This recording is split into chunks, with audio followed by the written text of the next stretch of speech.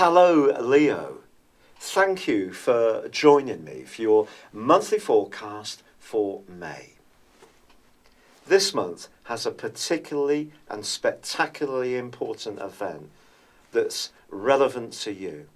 It is the arrival on the 10th of the North Node. This is a relative position and it's influenced by both the Sun and the Moon. But the travel of direction is different to that of the ordinary zodiac. It's working anti-clockwise. Now, whilst it's been making its way through the sign of Virgo, the general mode of the node has been about practicality. It's been about precision. It's about being very discriminating. It's about providing services. Now, your sign is very much about charm, creativity. It's about drama. It's about demonstrating confidence. It's much more outgoing. It's fiery. So the node in this location is going to shift the emphasis for so many of us in the months to come. But for you, it does augment your situation when the sun is high in the sky for you already. Yes, it continues in the sign of Taurus. And this is your opportunity to showcase your unique talents. Other people can become much more aware of what you have to offer. Now, April may have been somewhat of a frustrating time for you, but as you burst into this new month, some of the communicational issues that may have been at the heart of that can start to fade away. Your links with people at a distance or from different cultures or to do with higher education or publishing or the internet are all going to be smoothed out really quite rapidly. However, there is a quarter moon in your sign on the 3rd. For the following week through to the 9th, it's possible that even the progress that you want to make isn't unfolding in quite the way you would like. But it's important not to be at odds with your deeper emotional needs, and that's going to be underlined by the full moon which occurs on the 10th. It's true that Mars is giving you huge gusto this month.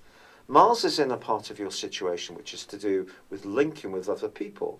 It doesn't mean to say that you need to diminuate your individuality. In fact, you can be very much yourself, yet still be appreciated by those you come together with. And Mars is going to be making some important links with other planets this month. But I think the full moon that evolves on the 10th is just reminding you that it is important to nurture yourself as well as head for your goals and ambitions.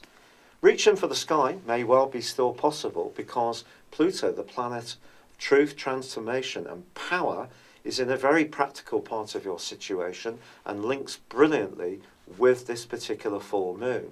So if you are thinking about a property issue, for example, making some changes or moving altogether, this is just tempering your hopes to be a bit more earthed, to not get carried away, so you end up getting something that could become a millstone around your neck because you can't afford to pay for it. However, Mercury is going to be picking up speed, and by the 16th, arrives back into Taurus, into your solar midheaven, and this is going to be brilliant if you want to retrain or get that traction back into the more global aims, which may have stuttered over the last few weeks of April.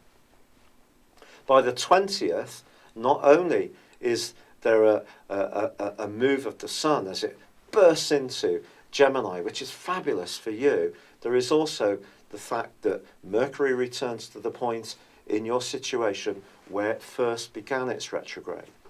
If there was a bumpy moment around the 9th of April, as far as your career or a relationship with someone in a position of authority was concerned, now it can start to be ironed out. But your sensitivity is going to be just as important as your passion and your desire to get ahead. But the sun moving into Gemini can certainly activate all of your charisma, which you can pour into the situation in the last 10 days of this month. Mars is also in this sign going to be forging a great link to Uranus. Uranus continues in a very random part of your situation, which can see you resisting restrictions and wanting to be a free spirit. And you could find yourself attracted towards people who tend to run a little on the wild side themselves as this month draws to a close. But there is one aspect that's threaded through the whole spine of this month, which is really quite subtle. And this involves the planet Jupiter, which continues to retrace its steps in your sector of everyday communications. But it's forging an obtuse angle to Neptune, the planet of dreams. When it comes to your ideas and how you'd fund them or connect them to another person closely, proceed with caution. There could be a sense of unrealism. And in fact, when it comes to relationships, Venus is clashing with Pluto in the last week of this month too. This suggests that there may be someone that you find very alluring who's in your group of friends. They may not be aware of your attraction to them. Or it may be that something is out in the open between you and someone, but perhaps it's private between you two. After all, Pluto is the planet of secrets. But just be conscious of if you get into a relationship, there could be some hidden catches that could constrain you going forwards.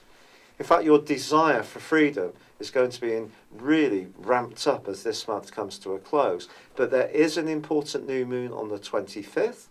And this gives you the opportunity to think much more about your long-term future and who's going to be important in it. And the things that really drive you at a more spiritual and inspirational level are going to be just as important as more material goals. It's been a real pleasure being with you. Thank you for joining me. Good luck and goodbye for now.